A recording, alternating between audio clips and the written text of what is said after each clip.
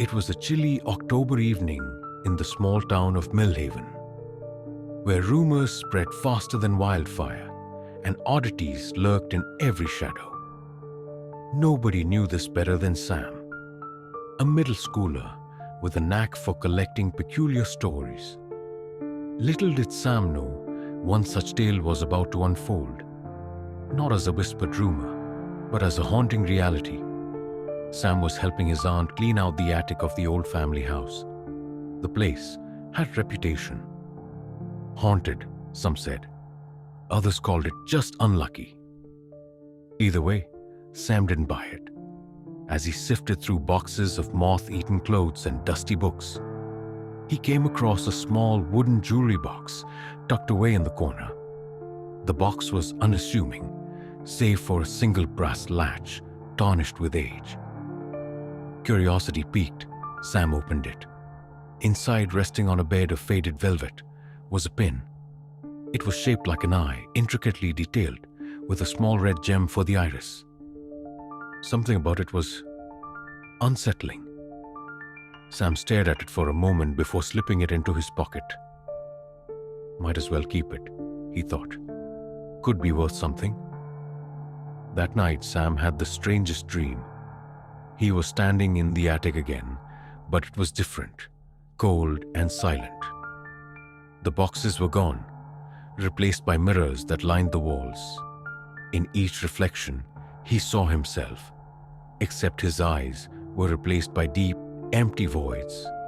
The reflections whispered in unison, a chilling chant. Find what was taken? Sam woke with a start, his hand clutching the pin in his pocket. He shrugged it off as a weird dream and went about his day, but things only got stranger. Wherever he went, he felt watched. At school, in the hallway, even at home, there was always this prickling sensation on the back of his neck. Worse, he started seeing glimpses of things that weren't there. A shadow darting across the room, a flicker of movement in the mirror. Then came the voices. Faint at first, just murmurs at the edge of hearing, growing louder and more insistent each day. They begged, pleaded, demanded. Find it. Sam didn't know what they meant, but he knew it had to do with the pin. Desperate for answers, he returned to the attic. This time, the room felt alive, pulsing with an eerie energy.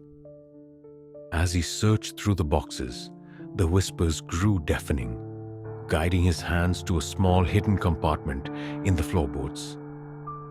Inside was a diary, its pages brittle with age.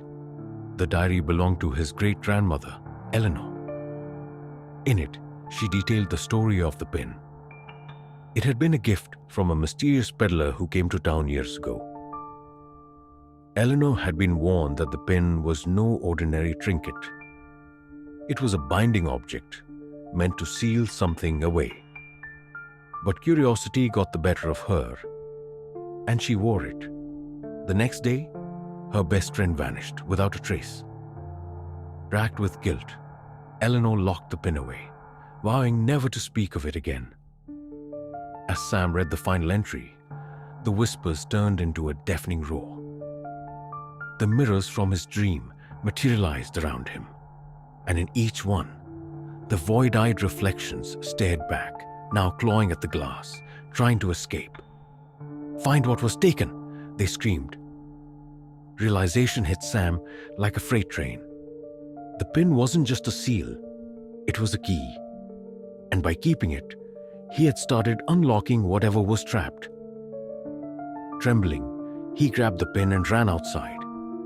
He didn't know where he was going, only that he had to get rid of it. He ended up at the edge of Millhaven's old quarry, a place long abandoned and filled with stories of its own. Without hesitation, he hurled the pin into the dark water below. For a moment, everything was silent. Then, the ground beneath him shuddered, and a low, guttural moan echoed from the depths of the quarry.